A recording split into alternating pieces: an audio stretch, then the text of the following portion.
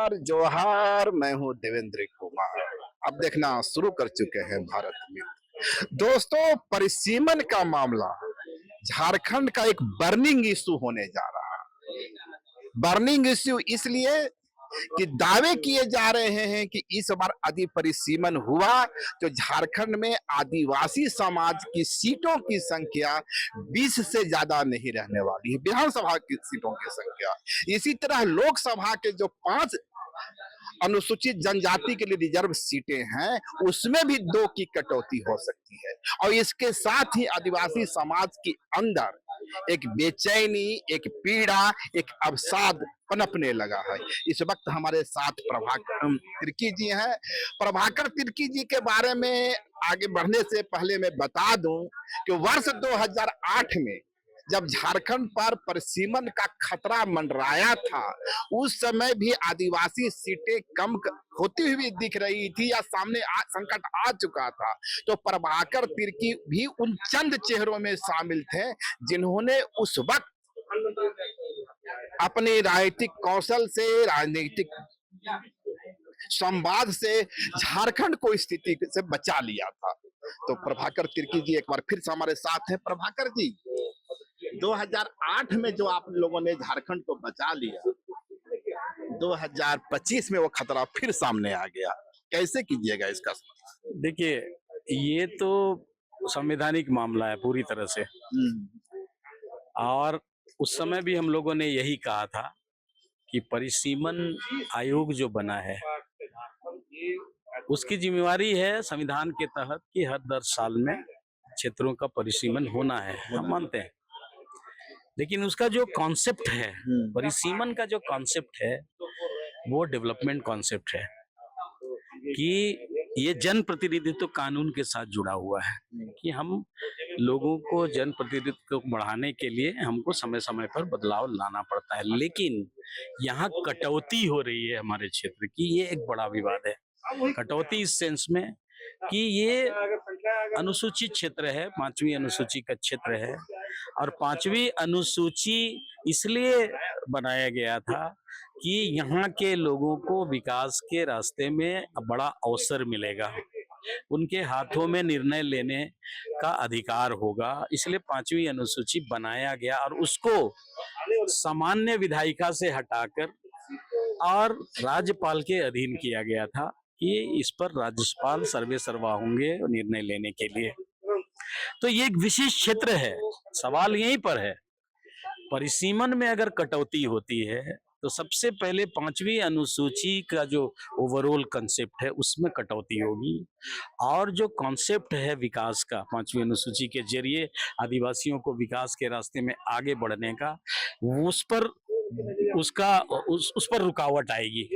तो इसीलिए हम लोग पिछले बार भी हम लोगों ने यही तर्क दिया था कि परिसीमन करके आप क्यों परिसीमन कर रहे हो? डेवलपमेंट इसके पीछे तो मंशा है डेवलपमेंट की।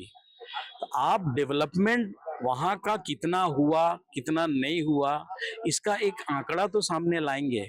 मैं आपको एक नई बात बता रहा हूं और इस बात को हम रखेंगे भी केंद्र सरकार में कि एक इंटरनेशनल लेवल पर भी ह्यूमन डेवलपमेंट इंडेक्स बनता है।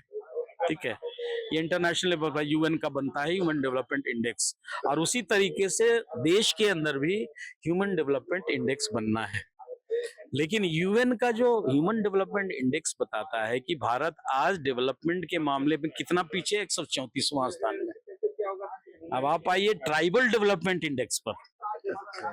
तो ट्राइबल डेवलपमेंट इंडेक्स की रिपोर्ट आज तक केंद्र सरकार ने कभी नहीं बनाई, कभी आकलन करने की जरूरत नहीं समझी कि इतने 75 सालों पर में आदिवासियों का विकास कितना हुआ और कितना नहीं हुआ। आदिवासी विकसित होने के बदले पीछे गए कि कहां गए? आज ये सब लोग जानते हैं कि आदिवासियों का विकास 75 सालों में नहीं हुआ।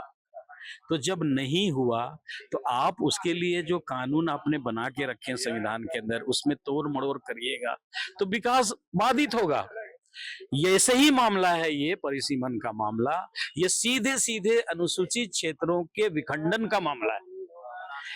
कोई भी बदलाव क्षेत्र के अंदर में, उसकी परिसीमा के अंदर में कोई भी बदलाव होता है तो ये अधिकार, इसका अंतिम अधिकार राष्ट्रपति को होता है, और राष्ट्रपति ही क्षेत्र के किसी क्षेत्रों को कहीं मिला सकते हैं, किसी क्षेत्र को कहीं शामिल कर सकते हैं।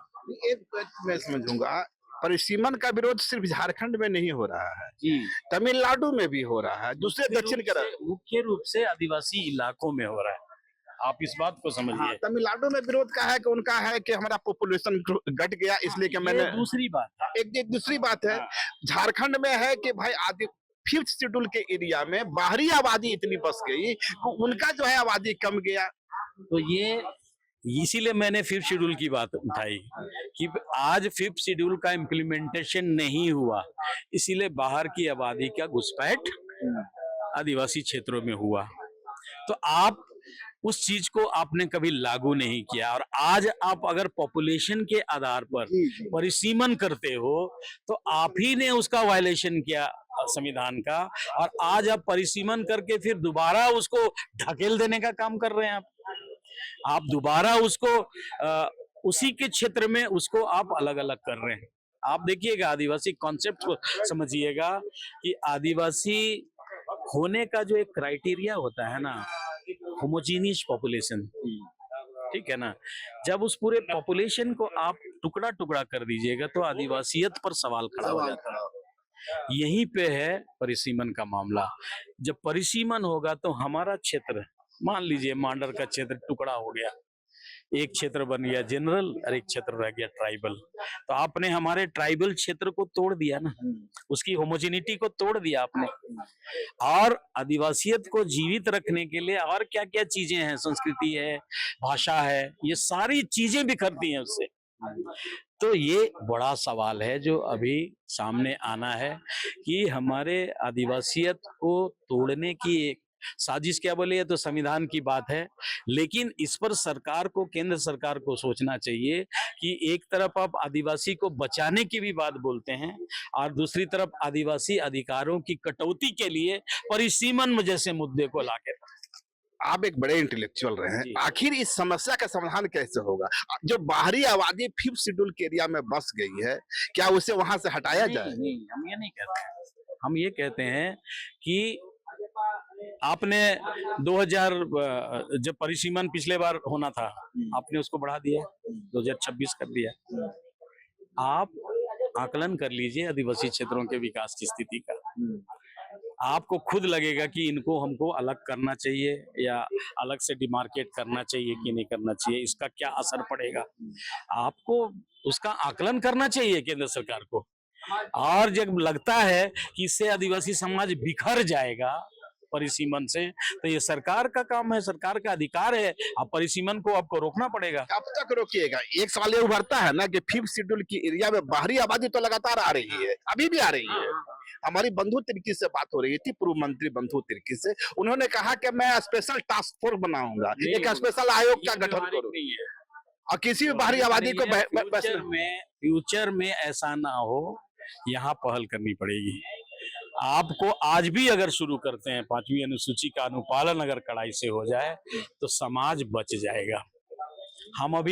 हम इस विवाद में नहीं जाना चाहते कि घुस गया बाहर की आबादी, उसको निकालने की परिस्थिति नहीं है। सरकार बिना मतलब का अगर ऐसा लोग बोलते हैं तो ये गैर जिम्मेदाराना बयान होगा उनका, ऐसा नहीं हो सकता। लेकिन फ्यूचर में कैसे समाज बचे, उनका विकास कैसे सुनिश्चित हो, इसके लिए आपको 5th शेड्यूल का और 5th शेड्यूल के प्रावधानों का अनुपालन कड़ाई से करना पड़ेगा।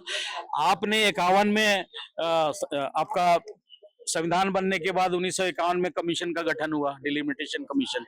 61 में आपने डिलिमिटेशन किया एक क्रम, फिर 10 साल में उसका प्रोविजन ही है 10-10 साल में डिलिमिटेशन होना है, नहीं किया पिछले बार। तो उसका क्या कारण था कि आदिवासी समाज आज भी विकास की धारा से बहुत दूर है, इनको अभी छेड़ा नहीं जाए। उस समय मुझे याद पड़ता है, आप थे, प्रेम शाही मुंडा थे, देव कुमार धाम थे, शिबू सोरेन, देशम गुरु शिबू सोरेन, तमाम पार्टियों के लोग थे, अलग अलग पार्टियों के लोग आदिवासियत के सवाल पर एक मंच पर थे। क्या आज ये होता दिख रहा है? ये करना पड़ेगा। अगर ये सरकार को समझना पड़ेगा और सरकार को इसके लिए खड़ा भी होना पड़ेगा। हेमंत सोरेन ने विधानसभा में कहा कि किसी कीमत पर परिसीमन को लागू नहीं होने देंगे यदि सीटें घटती है तो। सवाल सरकार की नहीं है, सवाल आदिवासी समाज भी कुछ करेगा या नहीं करेगा। आदिवासी समाज के बल पे ही हेमंत जी को ताकत मिलेगी, आप भी जान लीजिए। आदिवासी समाज हमेशा एकजुट है इसके लिए और मुद्दे पर लड़ने के लिए। हम स्वागत करेंगे कि अगर मुख्यमंत्री जी एक्टिव होकर इसके लिए लगते हैं तो सबसे बड़ी जिम्मेदारी उन्हीं की है। इसको लेके जनता को जो ताकत देनी होगी जनता देगी। हम आश्वस्त करते हैं कि हम एक संगठन के होने के नाते हम उनका सहयोग करेंगे परिसीमन को रोकने के लिए। ये थे हमारे साथ प्रभाकर तिर्की जी, जिनका मानना है कि हेमंत सोरेन की सरकार से, इस अबुआ सरकार से कई मुद्दे पर मतभिन्नता हो सकती है, डिफरेंस ऑफ ओपिनियन हो सकता है, पर बात जब आदिवासियत की आएगी, आदिवासी समाज को बचाने की आएगी, परिसीमन की आएगी, तो समाज के जो दूसरे जो संगठन है वह हेमंत सोरेन की सरकार या अबुआ सरकार के साथ इस मुद्दे पर कम से कम खड़ी नजर आएगी। अगर खबर पसंद आए तो आप QR स्कैन कर दें हमारा साथ। आपका एक छोटा आर्थिक सहयोग है हमारा बड़ा हौसला। द भारत मित्र, बुलंद भारत की बुलंद तस्वीर।